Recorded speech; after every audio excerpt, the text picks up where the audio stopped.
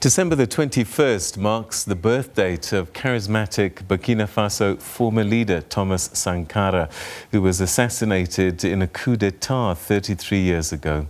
Known as the African chair, Sankara took power in a coup in 1983, becoming president. He was killed, though, 4 years later, aged just 37, during another coup where his comrade Blaise Compaoré rose to power. Sankara, a soldier, took power through a coup, but unlike other presidents who came to power by the same means, he always prioritized the welfare of the people of Burkina Faso. He nationalized land and distributed amongst the peasants, nationalized mines, launched immunization and literacy campaigns, banned female genital mutilation, and defended by all means equal rights for women, and confronted the dictatorship of debt.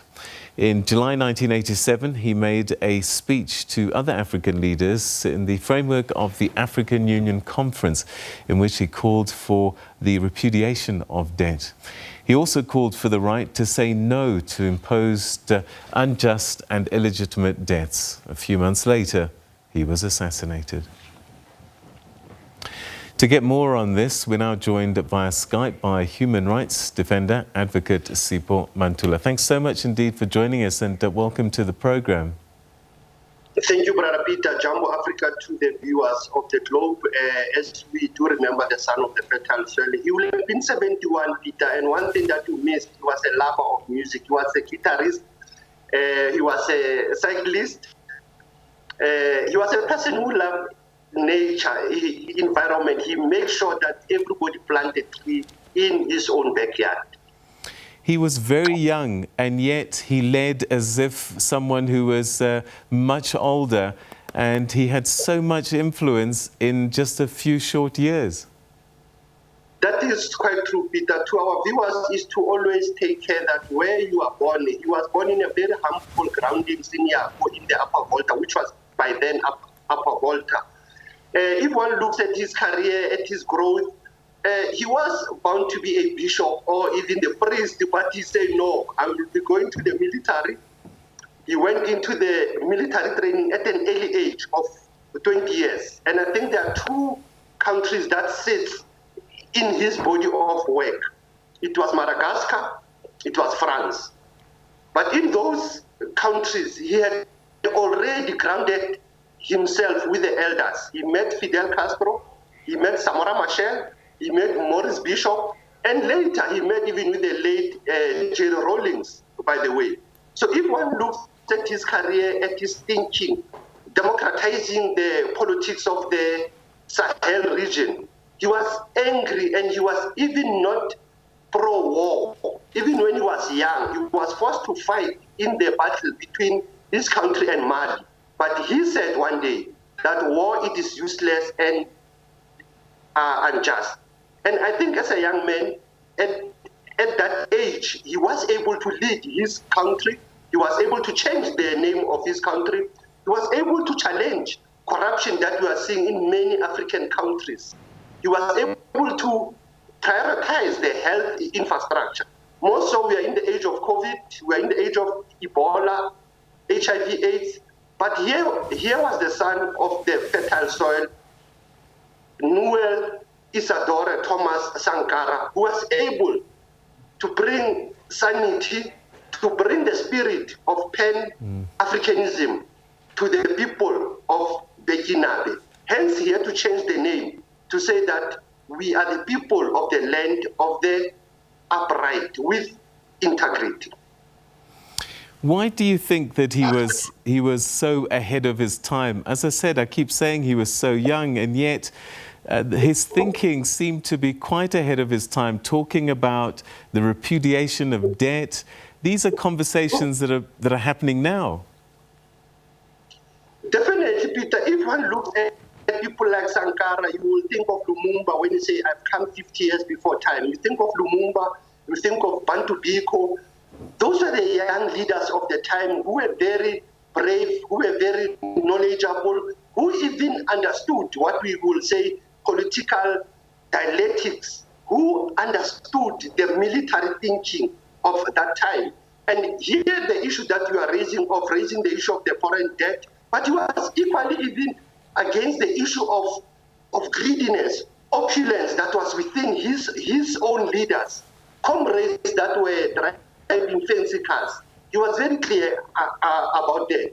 But one can see that within his own friends, there were those who, even as their best friends, they become his worst enemies.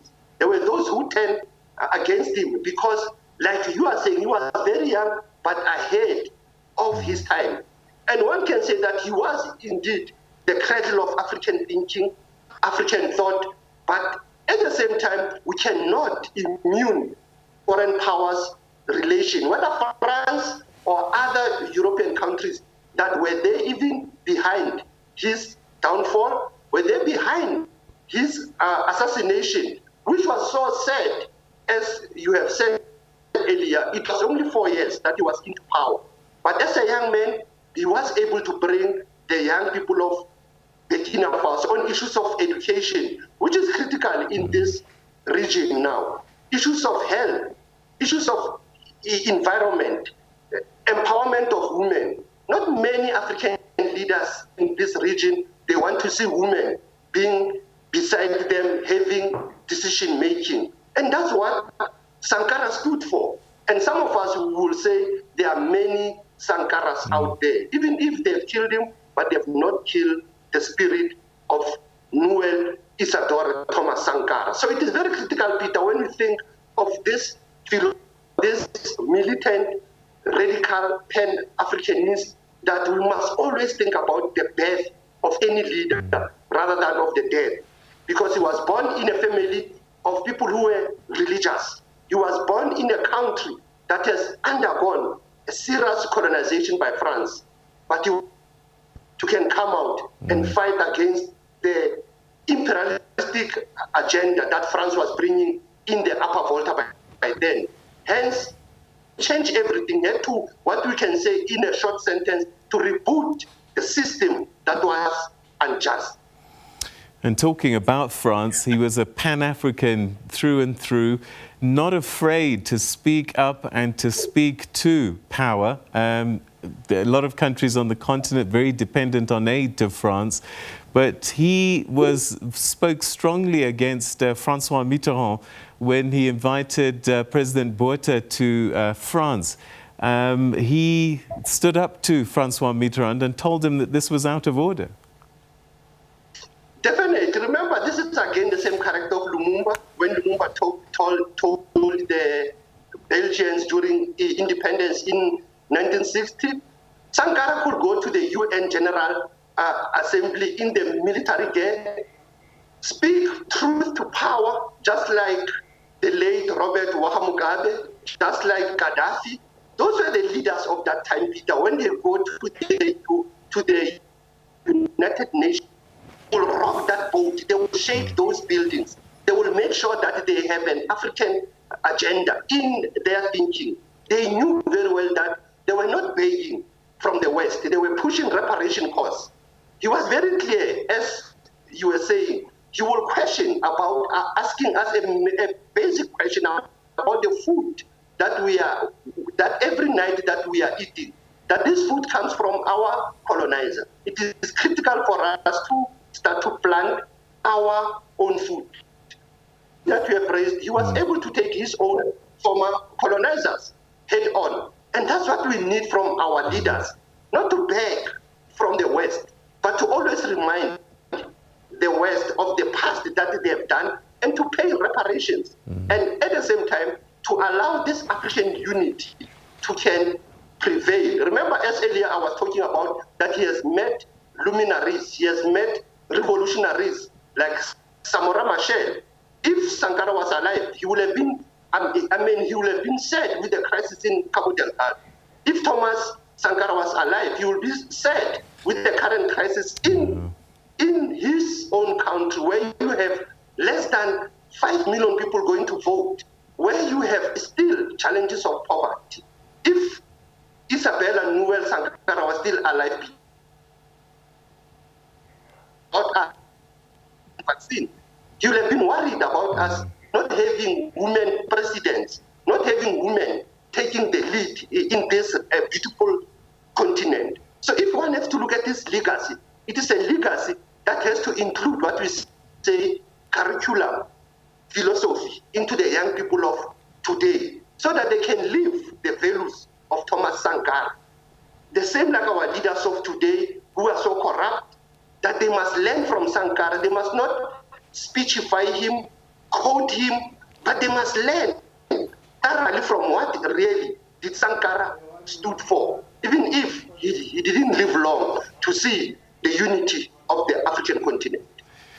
All right. So, and the other remarkable thing that he did, I mean, we've had presidents sit on the throne, as it were, for years and years and years, and they've not been able to achieve much. And yet, within 4 years, he did so much practical things on the ground. I mean, just increasing food security, improving productivity, things like that, that really matter to people on the ground.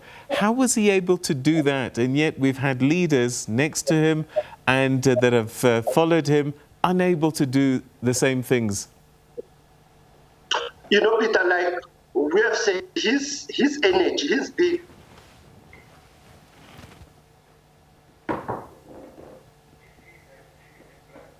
All right, it looks like we've lost Advocate Sipho Mantula there. It's unfortunate because we're busy looking at a man who's had a remarkable influence on his country and the continent, and continues to be revered. He was only president for 4 years, but people still talk about Thomas Sankara to this day.